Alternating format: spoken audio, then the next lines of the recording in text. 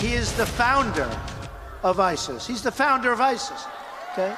He's the founder. And you mentioned President Obama being the founder of ISIS. What did you mean by that? And Hillary Clinton, the co-founder. I meant exactly that. He's the founder of ISIS. He's a founder. He's a founding father. So I said, the founder of ISIS. Obviously, I'm being sarcastic. Then, but not that sarcastic, to be honest with you.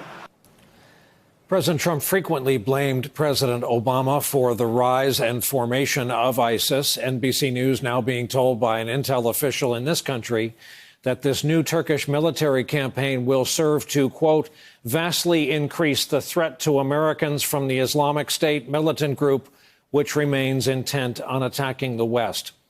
With us tonight to talk about all of it, Ben Rhodes, former Deputy National Security Advisor for President Obama.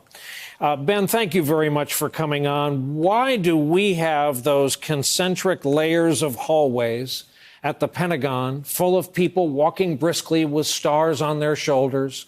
Why all the hallways at the State Department, the horn-rimmed glasses crowd walking just as briskly with their briefcases, the NSC in the West Wing?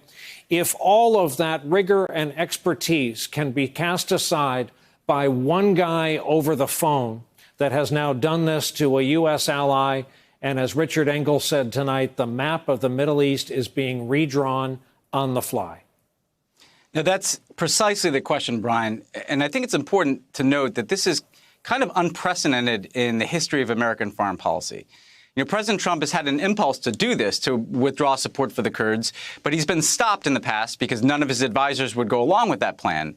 So what he did here is he short-circuited any process. Having been in the White House for 8 years, any decision like this would be subject to a lot of scrutiny, a lot of meetings. What happened here is you had one phone call from the president of Turkey to President Trump.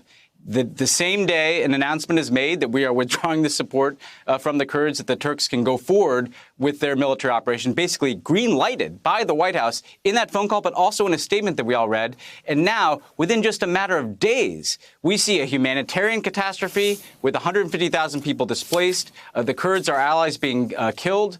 We see a geopolitical catastrophe as Russia, Iran, and others are moving into that space, and Bashar al-Assad. And we see a national security crisis with those ISIS fighters being released. I want to play for you the Secretary of Defense on Fox News Sunday. We'll talk about it on the other side. It gets worse by the hour, Chris. These are all the exact things that we have communicated to President Erdogan and his ministers. And I warned them that if they do this incursion, which we oppose, we will see everything from the release of ISIS prisoners to a humanitarian catastrophe. It will damage U.S. relations with Turkey. They're staying in NATO. All this is playing out exactly as we predicted. And we, again, urge President Erdogan to stop and go back to the status quo. Ben, this is the Secretary of Defense. He happens to be a substantial guy, but listen to the tone. We've warned them. They better not do this. They were given a tacit green light by any definition. Yeah, Brian, here's what's important. The other leaders have figured out that one person makes the decision in this administration. It's President Trump. And so they can just completely shut out and ignore anything that is said by anybody else, because Erdogan could go to Trump himself and get the answer he wanted to hear, which is, go ahead, come on into Syria, we'll pull back, we'll pull out. So it's kind of extraordinary to see these officials now talking about sanctions on Turkey for the very operation that Trump green-lighted to Erdogan. And I think Putin, Erdogan, and others have sized up Trump and realized they can roll right over him and get what they want. I bet you've had cause to think back on your 8 years in the West Wing, especially tonight with the New York Times reporting on John Bolton. So shocked was he about what he witnessed and overheard. He told colleagues to approach lawyers. This quote is, I'm not part of whatever drug deal Rudy and Mulvaney are cooking up. That's the National Security Advisor, former, to the President of the United States, Ben. Yeah, and if the most senior national security official in the entire government thought that he had to go to lawyers, that means that he had an indication that this was potentially criminal behavior. You know, and so this story becomes clearer and clearer to us.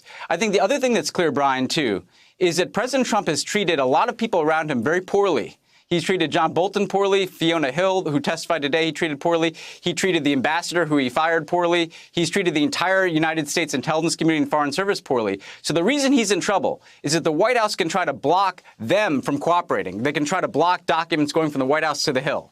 But what they cannot do is silence these people who've already left the administration or people who are in the foreign service. And so what we're learning here is with every revelation, it gets worse for Trump because it fills in this picture of Donald Trump essentially leading a criminal conspiracy from the White House.